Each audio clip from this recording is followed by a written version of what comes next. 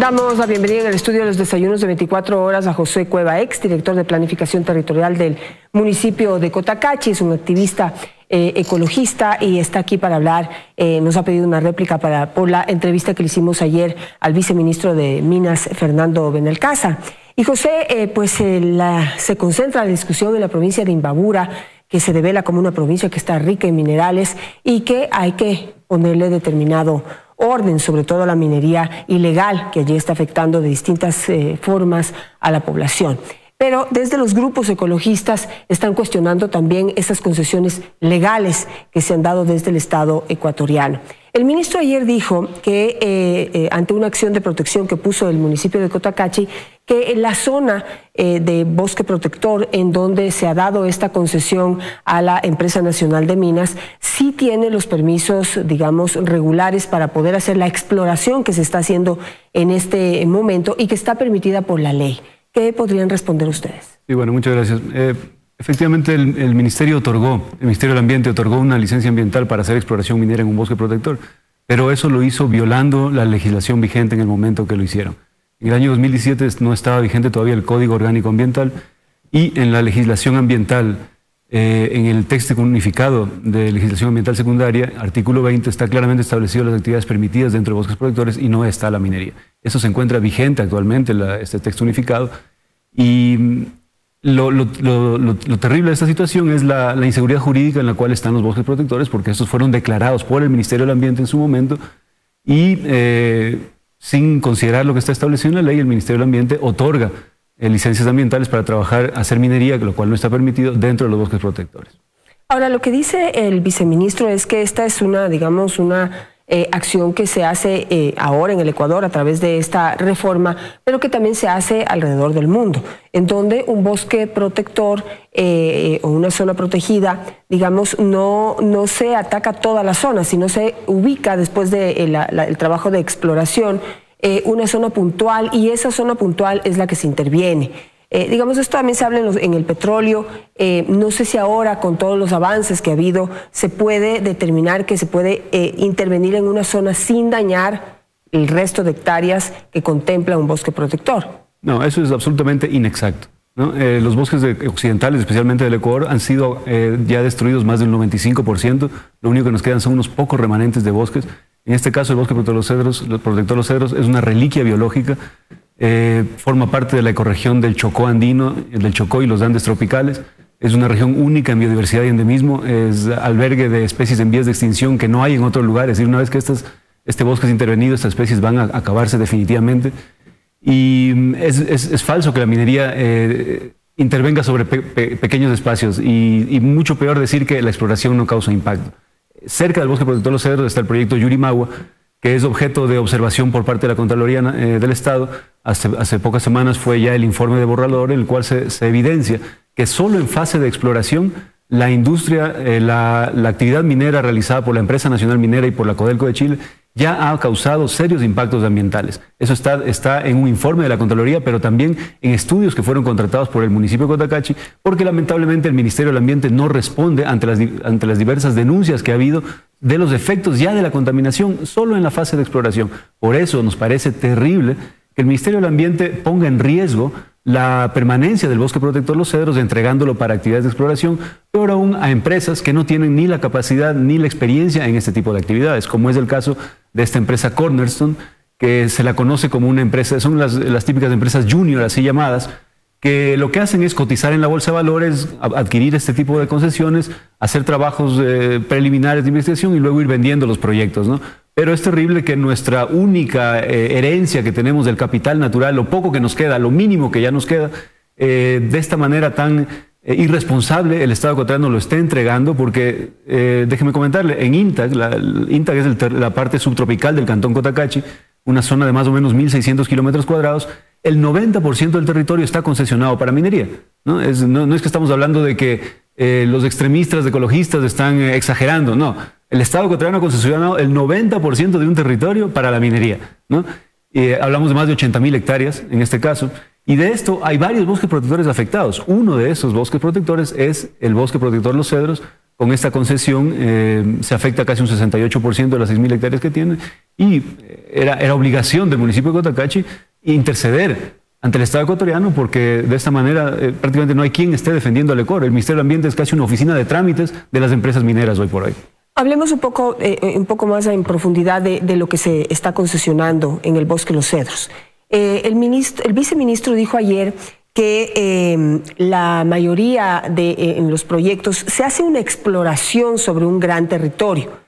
En este caso tú me dices que mide 10.000 hectáreas. 6.000 hectáreas. Y que de esas 6.000, el 60-68% está concesionado. Así es. Estamos hablando de más de la mitad. Claro. Más de 3.000 hectáreas. Porque ayer se habló de un territorio de 5.000 hectáreas, pero que en 5.000 hectáreas se concesionan finalmente 16 hectáreas.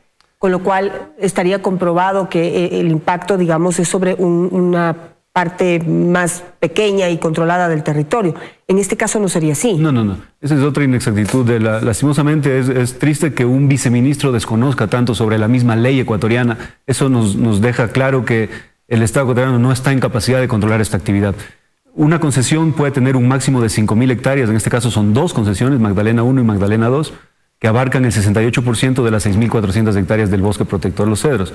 La actividad exploratoria no se circunscribe a un pequeño territorio. La exploración la hacen en todas las 5.000 hectáreas. Pero en la etapa de exploración hay impacto porque, no sé, disculpa mi desconocimiento, pero en la etapa de exploración se supone que hacen solo estudios, hacen estudios del terreno, hacen ubicación de yacimientos, pero no hay una intervención y destrucción. Eso es lo que se supone, ese es el discurso que nos venden. Sin embargo, un bosque protector tiene un plan de manejo en el cual se establece claramente cuáles son las formas de trabajar dentro de un bosque protector para hacer lo que está permitido. Investigación científica, turismo, recreación, protección fitosanitaria, etcétera. No está el tema de minería. Sin embargo, la exploración minera tiene tres fases, ¿no? La exploración inicial, exploración intermedia y exploración avanzada. En este caso, la exploración inicial, evidentemente lo que hacen es recoger muestras de suelo, de agua, de rocas. Pero para hacerlo tienen que abrir trochas dentro del bosque y la apertura de caminos dentro del bosque ya tiene un impacto. Sin embargo, la exploración inicial te lleva a la exploración avanzada y la exploración avanzada ya la estamos viendo en el sector de Junín, en el proyecto Yurimagua, y vemos que ya cuando hay perforaciones tienen que abrir caminos dentro del bosque, abren caminos muy grandes, según los estudios ambientales deben ser máximo de 1,5 metros de ancho, sin embargo hemos visto, y eso está en el informe de Contraloría, caminos de más de 2 y 3 metros de ancho.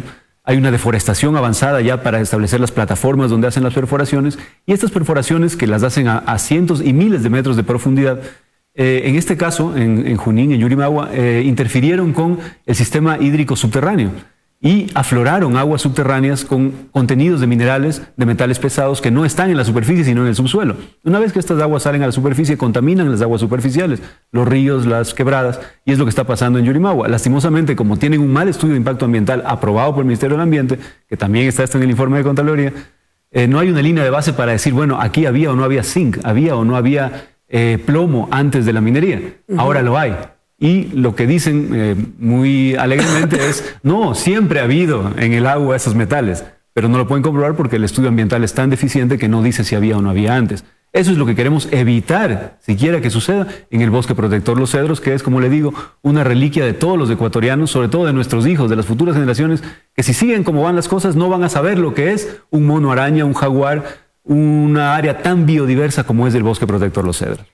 Ahora, siempre nos vemos y nos topamos con este dilema, y es que estamos en un pequeño país, digamos pequeño territorialmente hablando, con una diversidad ecológica absolutamente inmensa y muy valorada, quizá más afuera que acá adentro, pero también tenemos una realidad en donde allí hay minerales que pues, se necesitan para poder atender las necesidades de la población que vive en este pequeño territorio y que tiene necesidades digamos ya básicas, extremas por decirlo así, desde a la atención básica como tener agua, luz y alcantarillado, pasando por la educación y terminando en un trabajo digno.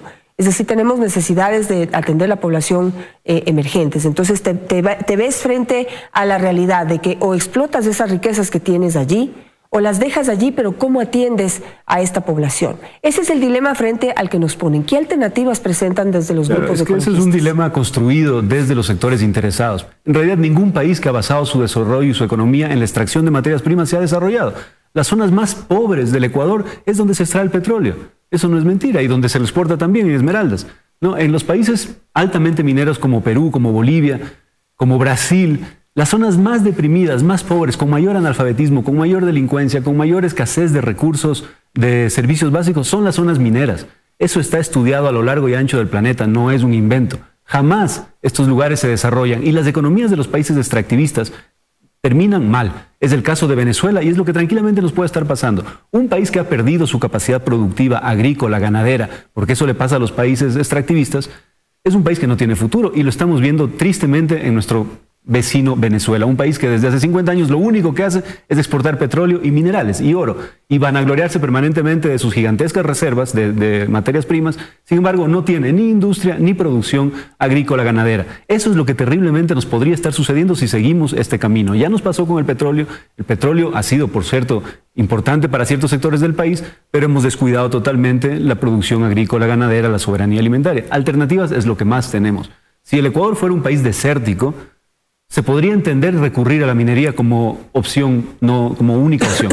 Pero alternativas es lo que más tenemos. En la misma zona de INTA se ha demostrado que la misma biodiversidad es la alternativa. La producción, por ejemplo, el café orgánico, el café de altura, es un producto emblemático ahora de la zona de INTA que empezó hace más o menos 20 años como una respuesta ante la posibilidad de la minería. La misma gente de INTA se organiza, descubre que tiene esta potencialidad y convierte en un producto de la zona tradicional en un producto estrella que tiene nichos de mercado especializados.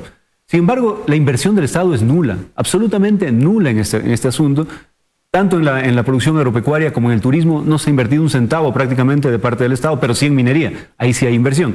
Sin embargo, las alternativas son múltiples, y nosotros invitamos a la gente a que conozcan lo que es INTA, que conozcan la maravilla geológica, diversa, de biodiversidad, de cultura que hay, que es similar en gran parte del Ecuador y que tiene un potencial turístico gigantesco. La minería es todo lo contrario. Las zonas donde hay inversión minera, donde hay desarrollo de la industria minera, son zonas deprimidas y lamentablemente zonas de alto riesgo. Hemos visto hace pocas semanas siquiera en Brasil la catástrofe causada por la empresa Vale al romperse un dique de contención de residuos mineros, que esa es la tecnología que existe. Cada vez nos dicen, no, es que eso es viejo, ahora hay la nueva tecnología. Pero ese dique es de 20 años. Hace 20 años ya nos hablaban de la nueva tecnología, porque yo estoy 25 años en esto. Entonces no hay tal tecnología. La nueva tecnología es para obtener más tonelada, más rendimiento por tonelada. Pero los peligros son esos. Tú has citado, por ejemplo, ejemplos como Venezuela, que no sé si viene al caso, porque Venezuela realmente pudo dejar de lado el desarrollo de otras industrias porque realmente vivía del petróleo. Lo que le pasa a Venezuela es un problema de tipo político, en donde acabaron con ese país por ese tipo de intereses. Pero si hubieran seguido viviendo del petróleo, hubiera sido el país, digamos, potencia petrolera a nivel mundial, como lo era antes. Pero de ahí a los manejos políticos ya la política lo arruina todo.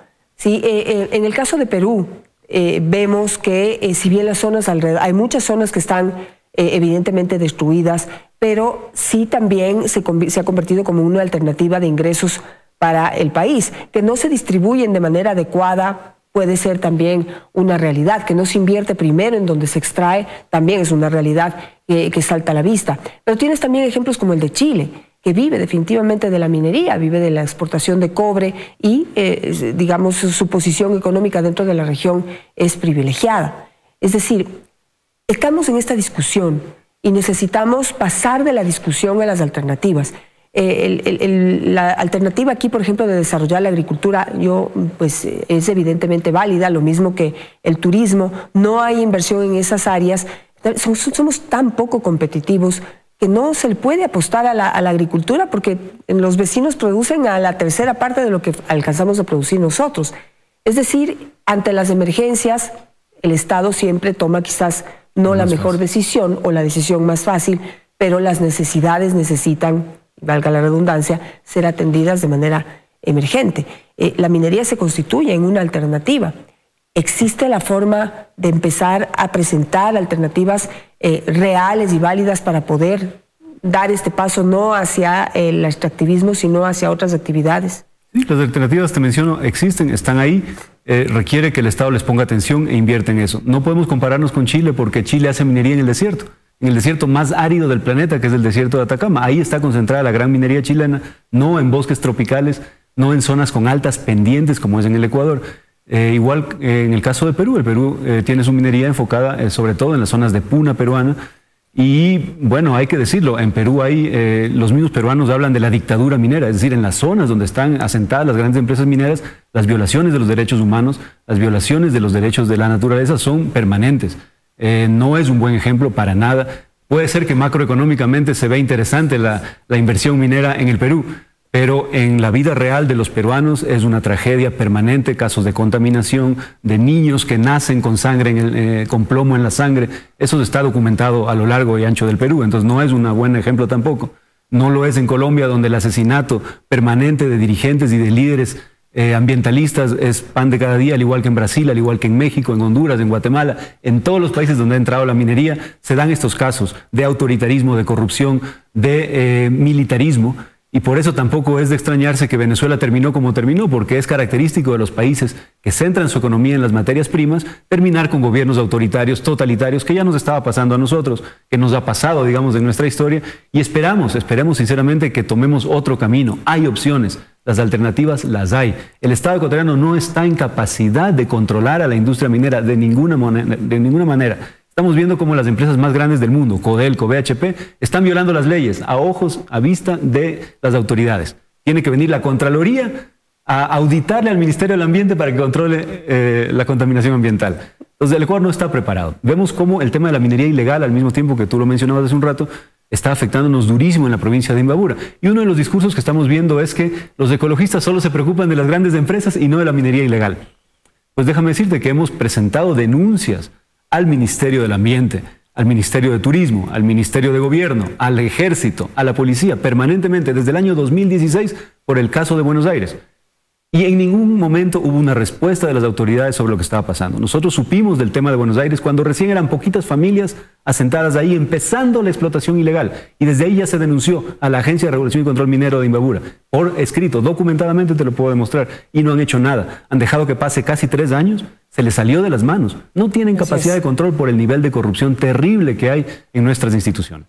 Me quedo con eso, José. Muchísimas gracias por tu opinión. Vamos a ver qué es lo que sucede. Para la próxima semana está contemplada una visita por parte de jueces a la zona de INTAG para ver qué es lo que pasa con esta acción de protección que se ha pedido para proteger el bosque protector, el bosque Los Cedros.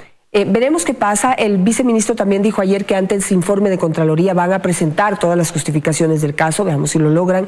Y pues planteemos y lo dejamos sobre la mesa. Yo lo digo siempre, aquí en todas las campañas, y esta no es la excepción, los candidatos ahorita también están hablando del desarrollo del turismo en cada una de las provincias y que desde los gobiernos locales se va a poder desarrollar el turismo como una alternativa de trabajo, empleo, desarrollo, ingresos para las provincias y por ende para el Ecuador. Bueno, pues pasen del dicho a los hechos. Somos realmente una potencia en materia turística. Hay países más pequeños que nosotros que viven del turismo. ¿Por qué nosotros no lo podemos hacer? Que viven del turismo. No tienen absolutamente ninguna otra actividad. Viven de eso. ¿Por qué no lo podemos lograr? ¿Qué es lo que hace falta? Señores que se dedican al turismo, por favor, pasen del dicho al hecho, presenten propuestas válidas, propuestas potentes que podamos impulsar desde los grupos ecologistas, desde los medios de comunicación y que sean una verdadera alternativa para el país. Gracias, José. Gracias. Veamos qué sucede entonces.